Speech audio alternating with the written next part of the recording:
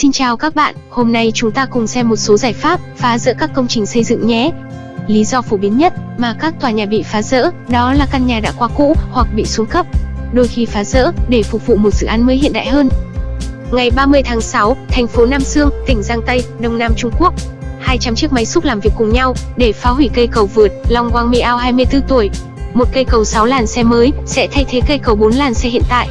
Ban đầu, cây cầu dự kiến sẽ được tháo dỡ hoàn toàn trong 21 ngày. Nhưng với sức mạnh của hơn 200 máy xúc, cây cầu đã bị phá hủy chỉ trong vòng 8 giờ. Công tác phá hủy chiếc cầu bắt đầu từ 21 giờ tối ngày 30 tháng 6 và kết thúc vào 5 giờ sáng ngày hôm sau. Những hình ảnh cho thấy cảnh tượng đáng kinh ngạc khi hàng trăm chiếc máy xúc dàn hàng hai bên đường và cùng phá vỡ chiếc cầu vượt 4 làn dài 589 mét.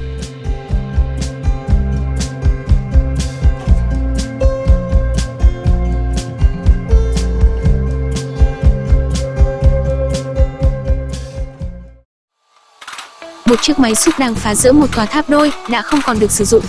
Nhìn cách chiếc máy xúc làm việc, có thể thấy anh lái xe rất có kinh nghiệm trong công việc này. Thoạt nhìn thì thấy đơn giản thế thôi, chứ làm không cẩn thận rất dễ xảy ra tai nạn ngoài ý muốn. Để cho tòa tháp đổ đúng hướng, anh lái xe rón rén khoan dò từng chút một, chứ không dám một lần xô đổ ngay cái tháp.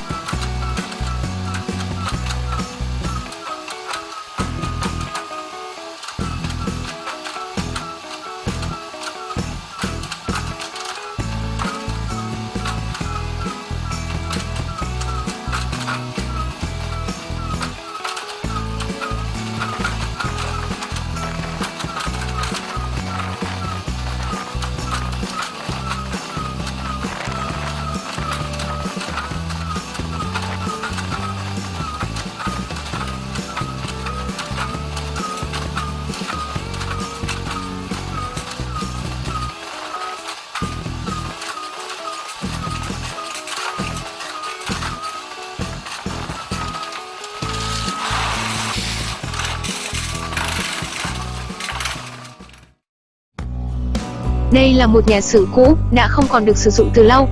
Các hạng mục trong tòa nhà đã xuống cấp nghiêm trọng và không còn đảm bảo an toàn. Các kỹ sư sẽ sử dụng thuốc nổ thay vì sử dụng xe cuốc cần dài để phá rỡ ngôi nhà này. Các khối thuốc nổ đã được các công nhân đặt vào các điểm nút quan trọng của tòa nhà. Sau khi phá rỡ điểm nút thì cấu trúc tòa nhà sẽ bị phá rỡ và toàn bộ tòa nhà sẽ bị đổ sụp xuống. Công việc chuẩn bị đã sẵn sàng, bây giờ hãy đếm ngược tới thời gian kích nổ nào. Okay, we're in the red. Here we go. Count 10, 9, 8, 7, 6, 5, 4, 3, 2, 1, fire.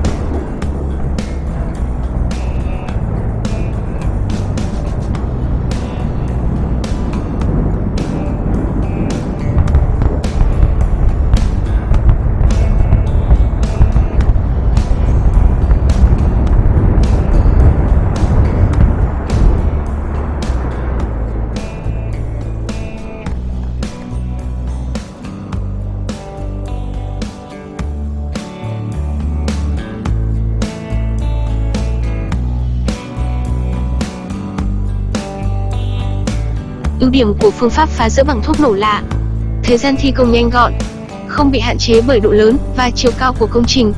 Bên cạnh đó, phương pháp này cũng còn tồn tại nhược điểm như chi phí phá rỡ lớn, lượng bụi và tiếng ồn tỏa ra không gian cực lớn, gây ô nhiễm môi trường xung quanh, bị giới hạn bởi luật pháp địa phương.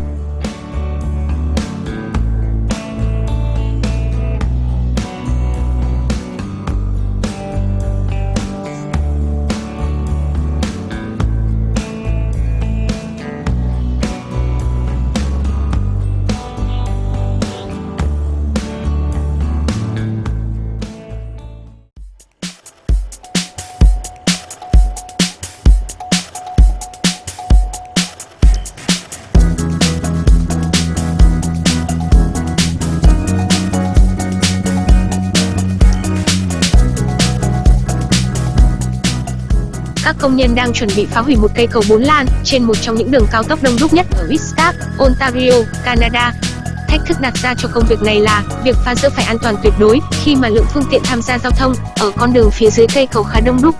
Các công nhân ở đây chỉ có 16 giờ để hoàn thành việc phá rỡ và dọn dẹp sau đó.